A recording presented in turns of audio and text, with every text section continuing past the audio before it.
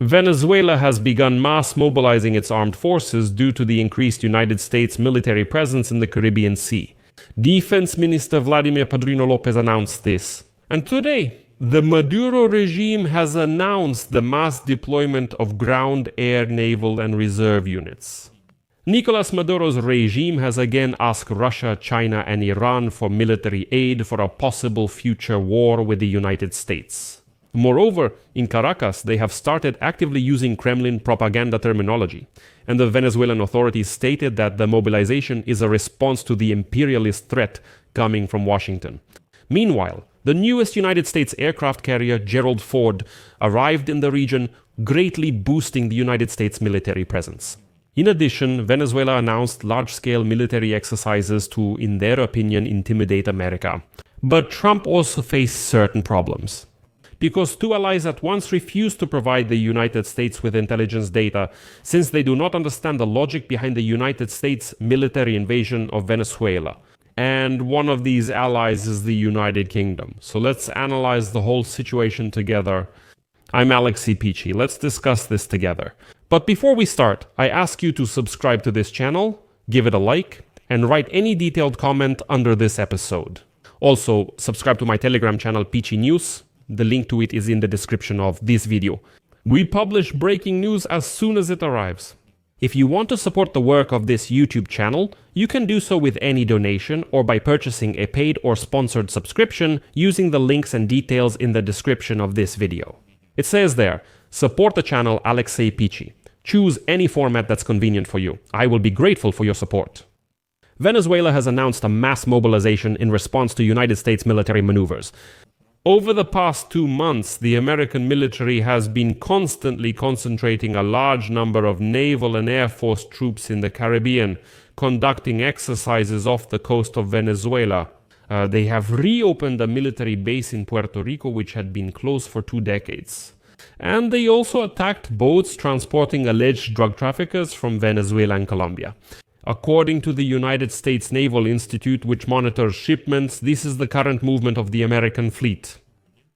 A significant portion of all United States naval forces deployed around the world is now in the United States Southern Command. This is the command of the United States Armed Forces responsible for operations specifically in the Caribbean region. In other words, the United States has actually moved a lot of forces to this region, pulling them from other operations around the world. These include the Iwo Jima Amphibious Ready Group and the 22nd and Marine Expeditionary Unit, which consists of more than 4,500 Marines and sailors, 3 guided missile destroyers, an attack submarine, a special operations ship, a guided missile cruiser, and a P-8 Poseidon reconnaissance aircraft.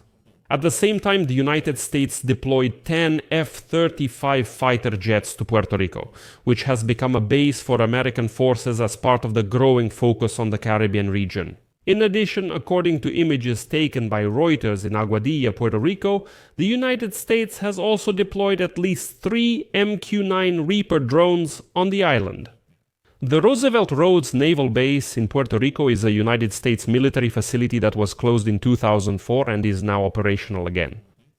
And at least one AC-130J Ghost Rider aircraft equipped with Hellfire missiles and capable of providing air support to ground troops was photographed at the Jose Aponte de la Torre airport, again in Puerto Rico.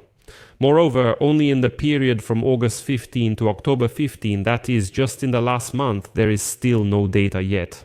And during that period, the United States carried out more than 200 military combat sorties in the Caribbean. All these missions were carried out by 83 separate aircraft, including reconnaissance planes and refueling aircraft. So, what is important for us here? The data shows that the White House withdrew some of its aircraft from operations in Eastern Europe and sent them to the Caribbean. And since August 22, 3 Boeing P-8 Poseidon aircraft, which were used for electronic intelligence gathering, crossed the Atlantic and Kazakhstan and arrived in the Caribbean. Now, let me stress again, these aircraft were previously stationed in Eastern Europe.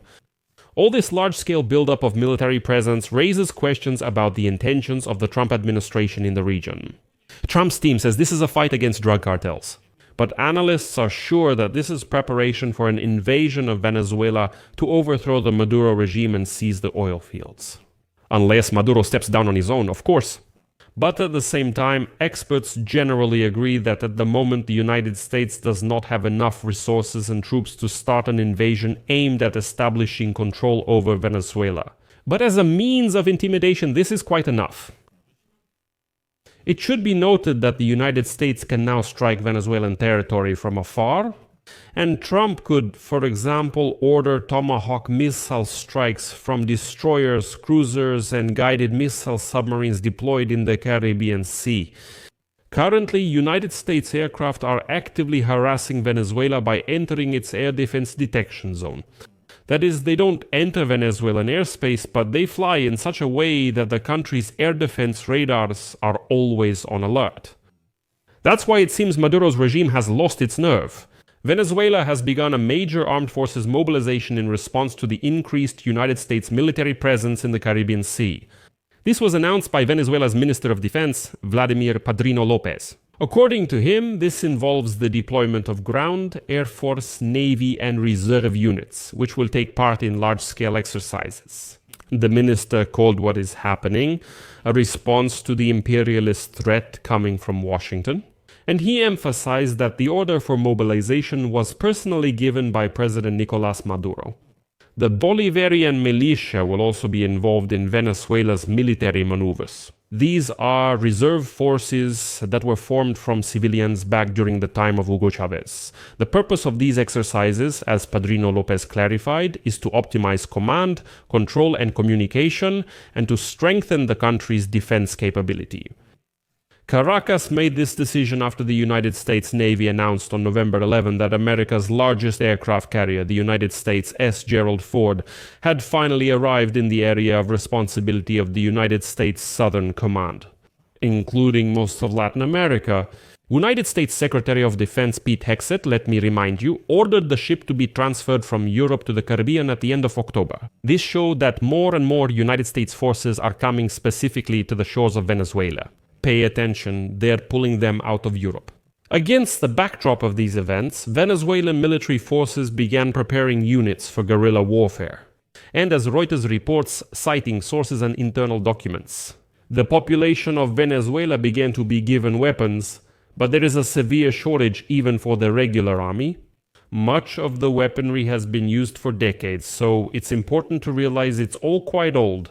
And that is why Caracas turned to Moscow with a request to supply 14 anti-aircraft missile systems repair, Su-30 fighter jets restore 8 engines and 5 radar systems, as well as provide logistical support.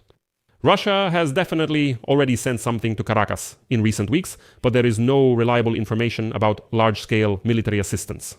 That is why the Maduro regime has once again turned to Russia, China, and Iran for military assistance.